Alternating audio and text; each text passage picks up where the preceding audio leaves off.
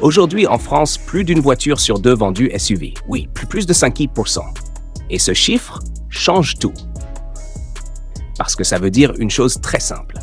Les SUV ne sont plus une tendance. Ils sont devenus la norme. Mais derrière cette domination, il y a une bataille silencieuse. Une bataille entre plusieurs modèles, plusieurs stratégies. Et aujourd'hui, on va comprendre pourquoi. On commence. Le Peugeot 2008. C'est simple, c'est le roi, le SUV le plus vendu en France. Et c'est pas un hasard. Ce modèle est partout, dans les villes, sur les routes, dans les parkings. Pourquoi?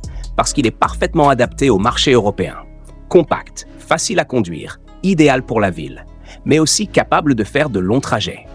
Son design est moderne, agressif, avec une signature lumineuse très reconnaissable. À l'intérieur, Peugeot propose quelque chose de différent. Le e-cockpit, petit volant, écran en hauteur, une sensation unique. Certains adorent, mais tout le monde remarque. Et ça, c'est important. Côté motorisation, le choix est large. Essence, diesel et électrique, avec le E2008. Une autonomie autour de 400 km, parfait pour un usage quotidien. Maintenant, le point clé, le prix. En 2026, environ 25 000 € au départ, et jusqu'à 35 000 voire 38 000 € en électrique. Accessible, rassurant, efficace.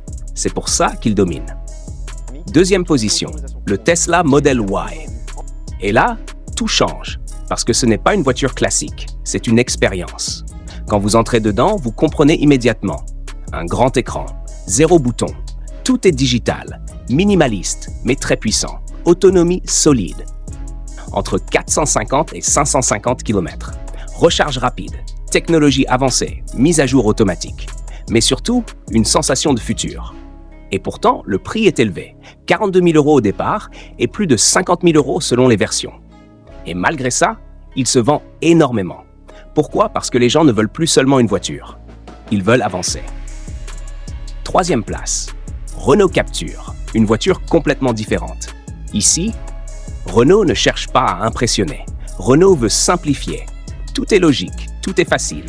Position de conduite naturelle, interface simple, confort au quotidien. C'est une voiture pensée pour la vraie vie. Et c'est exactement pour ça qu'elle marche. Mais Renault a aussi compris une chose importante. L'hybride. Moins de consommation, plus d'économie, moins de stress et une transition douce vers l'électrique. Côté prix, environ 24 000 € au départ. Et jusqu'à 32 000 ou 33 000 €. Accessible, intelligent, efficace. Quatrième place, Peugeot 3008. Et là, on monte en gamme. Design plus agressif, plus premium, plus travaillé. C'est un SUV qui veut impressionner. Et ça se voit. À l'intérieur, le iCockpit évolue encore. Écran plus grand, ambiance plus moderne, matériaux de meilleure qualité. Et côté motorisation, tout est disponible. Essence, hybride rechargeable et électrique. C'est une voiture complète, mais forcément, le prix monte. Environ 30 000 € au départ et jusqu'à 45 000 €. Cinquième place, Toyota Yaris Cross. Une voiture très intéressante parce qu'elle mélange deux choses. Compacte, mais SUV. Économique, mais moderne. Toyota mise tout sur l'hybride et ça marche. Très faible consommation, fiabilité reconnue et conduite agréable. Le design est plus robuste, plus anguleux, inspiré du RAV4. Et côté prix, environ 27 000 à 35 000 €. Une voiture intelligente. Sixième place, Dacia Duster. Et là, retour à la simplicité. Pas de luxe, pas de technologie complexe, mais une chose essentielle.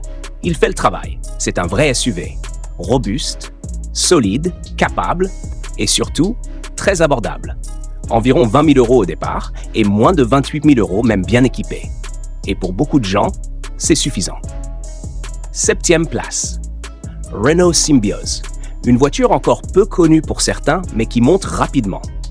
Le Symbioz se positionne juste au-dessus du Captur. Plus grand, plus spacieux, plus familial. C'est une voiture pensée pour ceux qui veulent plus de place sans passer à un énorme SUV. À l'intérieur, Renault a travaillé sur le confort.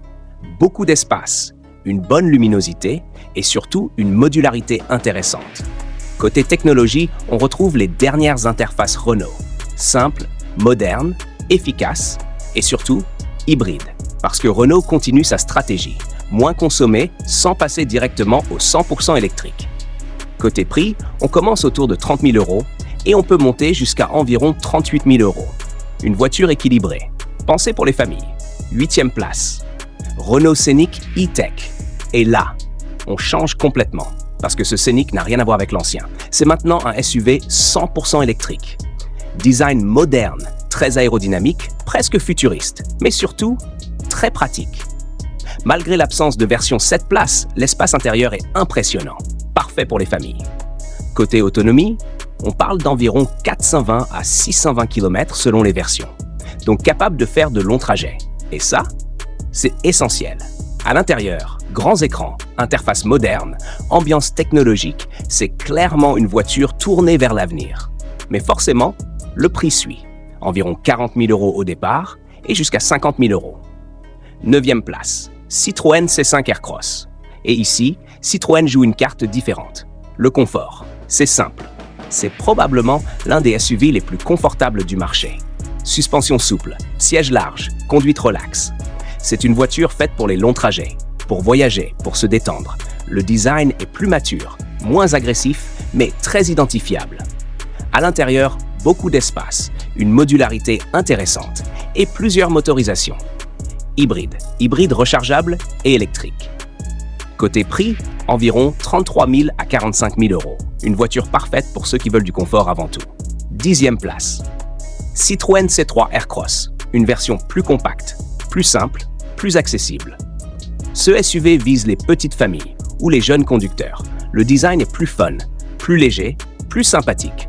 À l'intérieur, on retrouve le confort Citroën, mais avec moins de sophistication. C'est simple, mais efficace. Et surtout, très pratique au quotidien. Côté prix, environ 22 000 à 30 000 €. Une voiture accessible, facile, sans complications. 11e place, Toyota CHR. Et là, on parle de design. Le CHR ne ressemble à aucune autre voiture.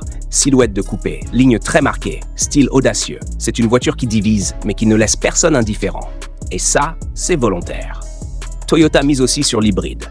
Très faible consommation, fiabilité reconnue et une conduite très douce. À l'intérieur, ambiance moderne. Technologie bien intégrée. Mais l'espace arrière est un peu plus limité. Côté prix, environ 31 000 à 40 000 €. Une voiture pour ceux qui veulent quelque chose de différent. 12e place, Peugeot 508. Et là, on parle d'un vrai SUV familial. Grand, spacieux, jusqu'à 7 places. C'est une voiture pensée pour les grandes familles, mais aussi pour ceux qui veulent beaucoup d'espace. Le coffre est énorme, jusqu'à 748 litres, et ça, c'est impressionnant. À l'intérieur, on retrouve l'univers Peugeot, iCockpit, écran moderne, finition de qualité. Côté motorisation, hybride et électrique, donc adapté à la transition. Côté prix, environ 35 000 à 50 000 €. Un SUV pratique, polyvalent. 13e place, Renault Austral, le remplaçant du Kadjar. Et Renault a clairement monté le niveau. Design moderne, très travaillé. Intérieur technologique, qualité en hausse. Mais surtout, 100% hybride. Pas de diesel, pas d'essence pure. C'est un choix stratégique. Et ça montre la direction de Renault. Moins consommé, plus d'efficacité. Côté prix, environ 34 000 à 45 000 €. Une voiture moderne, alignée avec les tendances actuelles. 14e place, Dacia Bigster. Et là, c'est le nouveau joueur, mais déjà très important. Pourquoi? Parce qu'il propose quelque chose de très simple. Un grand SUV à prix Dacia, à partir de 24 990 €. Et ça, c'est un choc. Parce que pour ce prix, vous avez un SUV spacieux, moderne, avec des motorisations hybrides jusqu'à 155 chevaux. C'est exactement la stratégie Dacia. Offrir le maximum pour le minimum. Et ça marche. Très bien. 15e place, Volkswagen T-Roc, le représentant allemand. Qualité, sérieux, finition solide. C'est une voiture qui inspire confiance. Tout est bien assemblé, bien pensé, bien construit. Mais forcément, le prix est plus élevé. Environ 30 000 à 45 000 €. On paie pour la qualité, pour la marque, pour l'image. Maintenant, regardez ces 15 voitures. Elles représentent le marché actuel. Mais la vraie question, c'est pas aujourd'hui, c'est demain. Parce que pendant que ces modèles dominent, quelque chose arrive. Les voitures chinoises, plus rapides, plus technologiques et souvent moins chères. Et si cette tendance continue, tout ce classement pourrait changer. Alors maintenant, dites-moi, parmi ces 15 SUV, lequel vous choisissez? Et surtout, êtes-vous prêt à changer pour quelque chose de nouveau? Parce que le futur arrive plus vite que vous ne le pensez.